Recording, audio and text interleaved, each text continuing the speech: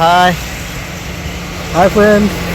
আজকে বার হয়ে পড়েছি। আজকে রাজাকে নিয়ে বার হয়েছি, কারণ চন্দ্রানী একটু ব্যস্ত আছে, ও বার হতে পারেনি। আর হঠাৎ করে আর কি অনেকগুলো ছুটি হাতে পেয়েছি, কিন্তু কাজে লাগাতে পারছি না। তো আজকে কাজে লাগানোর জন্য একটু বার হয়ে পড়েছি। এতদিন তো আপনারা পাহাড়ে ঘুরে বেড়ালেন আমার সাথে, দার্জিলিং ব্লগ, কিন্তু এবার আবার ফিরে আসি। আমি যা ব্লগ করি সেই ব্লগের মধ্যে ফিরে আসি, তাই জন্যে আজকে ওই ধরনেরই একটা জায়গায় যাচ্ছি।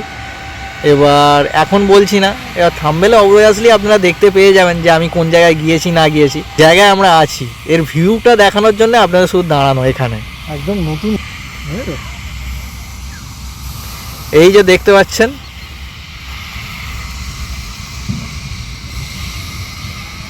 একদম একদম ধান উঠছে সবুজ, যে আমাদের ভারতবর্ষকে বলে শস্য শ্যামল। তো তার প্রকৃত প্রমাণ হচ্ছে এইটা, আমাদের গ্রাম বাংলা যে শস্য শ্যামলে ভর্তি হয়ে থাকে, তার প্রকৃত প্রমাণ হচ্ছে এই জায়গাটা দেখুন। সুজলাং সুফলাং শস্য শ্যামলা।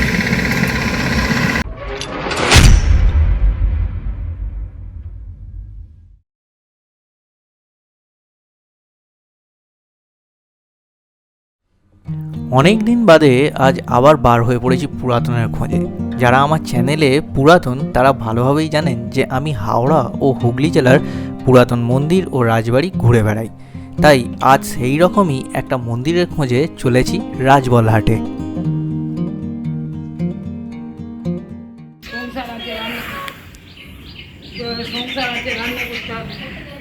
এখন আমরা পৌঁছে গেছি ঘটকতলার রাধাকান্ত জিউ মন্দিরের সামনে। এই হচ্ছে প্রবেশপথ। এখানে হচ্ছে নিয়ারেস্ট কেউ যদি গুগল ম্যাপ মারে, তাহলে এইটা মারলে আশা করি সুবিধা হবে, এই নামটা। ফার্স্টে চলুন, আগে দেখা যাক টেরাকোটার মন্দিরটা। এই রাধাকান্ত জিউয়ের মন্দিরটা রাজবলহাটের ঘটকতলা এরিয়ায় রয়েছে। এটি একটি খুব প্রাচীন টেরাকোটার মন্দির। এর বয়সের সঠিক অনুমান আমি কিন্তু পাইনি, তাই আপনাদেরও এর বয়স সম্পর্কে আমি সেরকম কিছু বলতে পারবো না। তবে হ্যাঁ, মন্দিরের গায়ে বেশ কিছু শকাব্দ লেখা রয়েছে, সেটা আপনাদের দেখাবো। আর এই মন্দিরটা এখনও পর্যন্ত মোটামুটি ভালো অবস্থাতেই রয়েছে, কারণ এখানকার স্থানীয় ভর পরিবার এর রক্ষণাবেক্ষণ করেন। তবে হ্যাঁ, তাদের সাধ্য মতন সমস্ত রক্ষণাবেক্ষণই করেন, কিন্তু যারা আর কি এই মন্দিরে মেনটেন করেন, সেই মেনটেনেন্সের সময় নতুন বালি সিমেন্টের পোলে পড়ে পুরাতন যে টেরাকোটার কাজগুলো রয়েছে, সেই টেরাকোটার কাজগুলো সব নষ্ট হয়ে যায় বা চাপা পড়ে যায়। তবুও বলবো যে এই মন্দিরটা অনেকটাই ভালো অবস্থায় রয়েছে, যা আপনারা দেখতেই পাচ্ছেন। এবার চলুন এই জেনে নেওয়া যাক এই রাজবলহাটের কিছু ঐতিহাসিক কথা। বলা হয় যে এই রাজবলহাটের ঐতিহ্যবাহী যে জায়গাগুলি রয়েছে, তার মধ্যে একটি অন্যতম হলো ঘটকতলায় অবস্থিত এই রাধাকান্ত জিউয়ের মন্দির। বলা হয় যে এই রাধাকান্ত জিউয়ের মন্দির 18 শতকে ভূসুদ রাজ্যের রাজারা নির্মাণ করেন।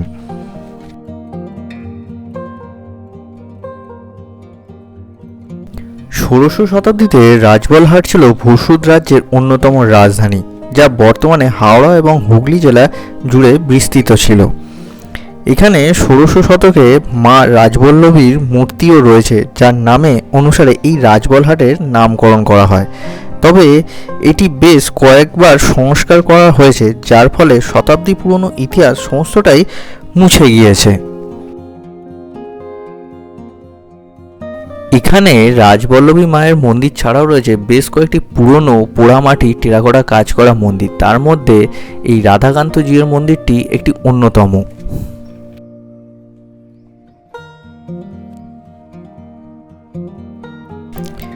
ব্রিটিশ আমলে রাজবলহাট ছিল রেশম ব্যবসার একটি গুরুত্বপূর্ণ কেন্দ্র। 1789 সালে ইস্ট ইন্ডিয়া কোম্পানি এখানে একটি বাণিজ্যিক আবাসও তৈরি করেছিল।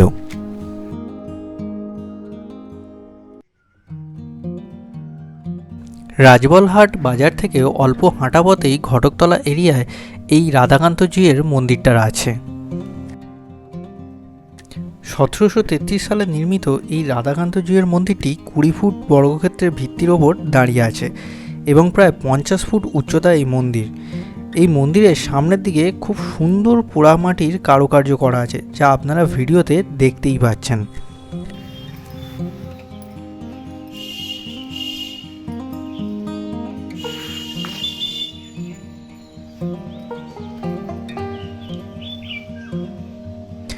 মন্দিরের সামনে তো প্রবেশদ্বার রয়েইছে, আর তাছাড়া এই পাশের দিকে এখানেও একটা করে দরজা রয়েছে মন্দিরের ভিতরে প্রবেশ করার জন্য, বা হয়তো দর্শনার্থীরা মন্দিরের ভিতরে প্রবেশ করার পরে এই জায়গায় দরজা দিয়ে বার হয়ে আসে।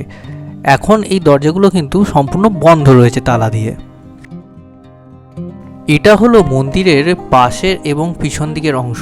এই অংশে কিন্তু সেই রকম পরিমাণে কোনো টেরাকোটার কাজ নেই, তবে হ্যাঁ, এখানে এখনও মন্দিরের দেওয়ালে যে আগেকার লাল ইটের তৈরি সেটা সম্পূর্ণভাবে বোঝা যাচ্ছে, এবং এই দেয়ালগুলো কিছুটা ভগ্নপ্রাপ্ত হয়েছে, যেটা আপনার দেখতেই পাচ্ছেন যে মেনটেন্সের একটু অভাব রয়েছে।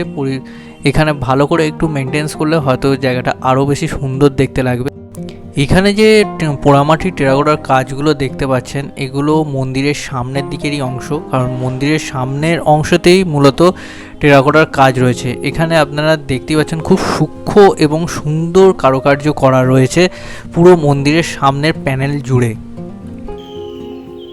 এই মন্দিরের প্যানেলগুলিতে এখনও খাঁটি ইটের লাল রং আপনারা দেখতে পাবেন।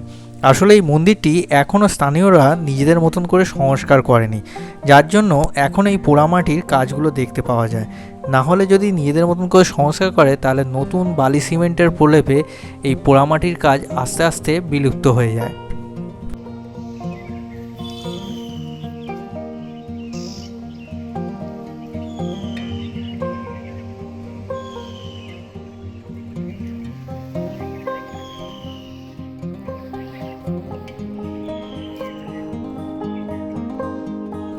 এই আটচালা মন্দিরটিতে একটি ত্রিখিলানযুক্ত প্রবেশদ্বার আছে। খিলানযুক্ত প্যানেলগুলিতে রামায়ণের যুদ্ধ দৃশ্য অঙ্কিত রয়েছে, আর বেস প্যানেলেতে জাহাজ, নৌকা, রাজকীয় রথ এবং শোভাযাত্রার ছবিও অঙ্কিত রয়েছে, যা খুব সূক্ষ্ম কাজের দ্বারা তার শিল্পরীতি ফুটিয়ে তুলেছে, যা দেখতে আপনাদের খুব অপূর্ব লাগবে। যেমন আপনারা এখানে দেখতে পাচ্ছেন মা দুর্গার সমস্ত রূপটা ফুটিয়ে তুলেছে এই প্যানেলগুলোতে। এখানে কিন্তু মা দুর্গা, সরস্বতী, লক্ষ্মী, গণেশ সবার মূর্তি কিন্তু রয়েছে এই ছোট্ট একটুখানি প্যানেলের মধ্যে।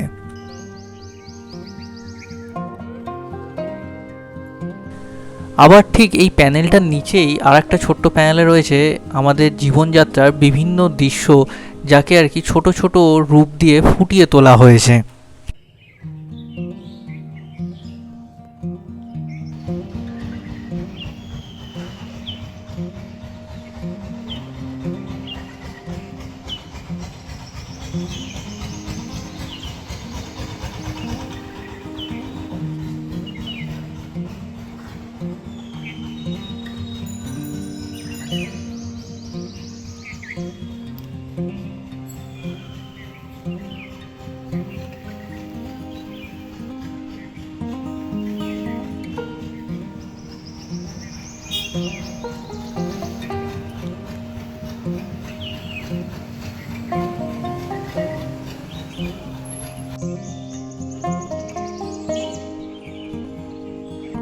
মন্দিরের সামনের প্যানেলের একদম উপরের অংশে রয়েছে রামায়ণের যুদ্ধের বিভিন্ন দৃশ্য এবং চরিত্র রয়েছে, যেগুলো টেরাকোটার কাজে অপূর্বভাবে ফুটিয়ে তোলা হয়েছে।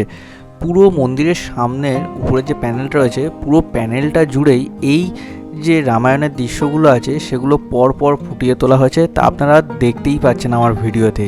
সত্যি কথা বলতে কি, এই মন্দিরটি সত্যি অপূর্ব সুন্দর একটা টেরাকোটার উদাহরণ।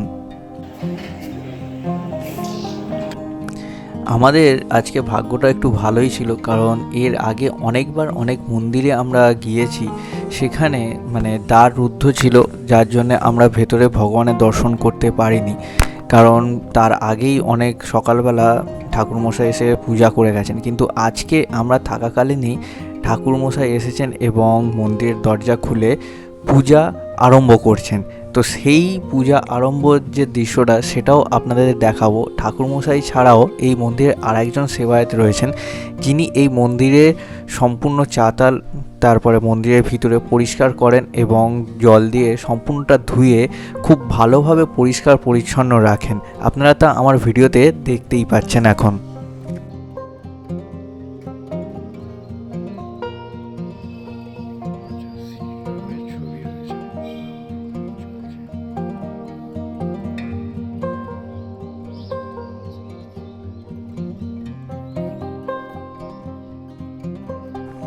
এখন আপনারা দেখতেই পাচ্ছেন যে ঠাকুরমশাই আস্তে আস্তে পূজা আরম্ভ করছেন। তো পূজার কিছুটা ভিডিও আমি তুলেছি আপনাদের জন্য, আপনাদের সাথে সেটা শেয়ার করছি। আপনারা দেখুন, আশা করি আপনাদের এই পূজার যে ভিডিওটা রয়েছে সেটা ভালো লাগবে।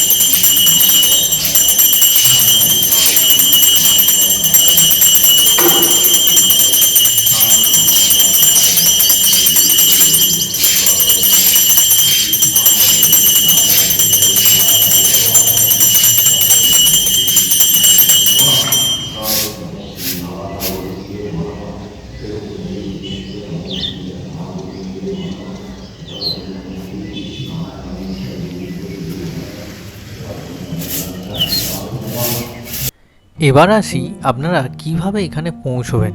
আপনাদের সুবিধার্থে আমি আমার ডেসক্রিপশন বক্সে গুগল ম্যাপের লিঙ্ক আমি দিয়েই দেবো।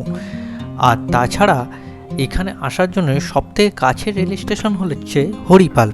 হরিপাল স্টেশন থেকে রাজবলহাটে যাওয়ার জন্য আপনারা কিন্তু টেকার পেয়ে যাবেন। রাজবলহাট বাজারে নেবে, ওখান থেকে কাউকে এই মন্দিরের কথা জিজ্ঞাসা করবেন, দেখিয়ে দেবে। পায়ে হাঁটা পথে বাজার থেকে খুব বেশি হলে 5 থেকে 7 মিনিটের মতন। আশা করি আজকের এই মন্দির নিয়ে নতুন যে ভিডিওটা করলাম আপনাদের ভালো লেগেছে। তাহলে আজকের মতন এখানে আমরা বিদায় নিলাম। আবার দেখা হবে আপনাদের সাথে নতুন কোনো জায়গায়, নতুন কোনো মন্দির বা রাজবাড়ি নিয়ে নতুন একটা ভিডিওতে। তাহলে আজকের মতন এখানেই শেষ করলাম। আর একটা ব্যাপার, আপনারা এখানে যখন যাবেন তখন অবশ্যই ভালোভাবে মন্দিরটা ঘুরে আসবেন আর সকালবেলা যাওয়ার চেষ্টা করবেন, তাহলে মন্দিরের পূজাটাও আপনারা একেবারে দেখে নিতে পারবেন।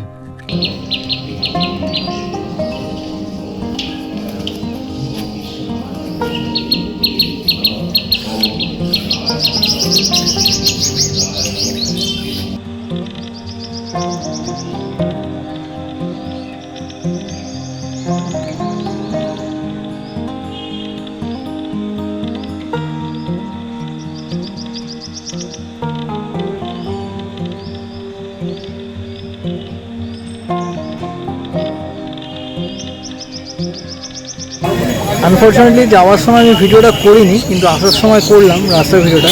এটা হচ্ছে আপনার রাজবলহাট। এবার রাজবলহাটের ঠিক পিছন দিকে দেখুন, আপনার এই যে এই দোকানটা দেখতে পাচ্ছেন, এই ফলওয়ালা বসেছে, এই কোণে যে সবুজ পাল্লা দেওয়ার যে দোকানটা দেখতে পাচ্ছেন, এই দোকানের পাশে এই সাইকেলটা জাস্ট বেরোচ্ছে আটতলা বাজারে।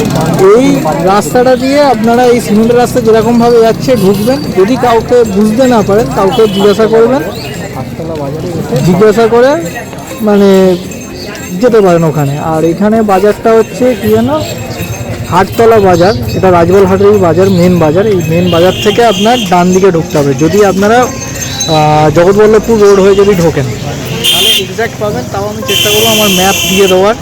তো আপাতত এখানে রাখছি, আমাদের জার্নি আজকে শেষ। তো যেতে যেতে ভিউগুলোও দেখাবো। তো আপাতত টাটা।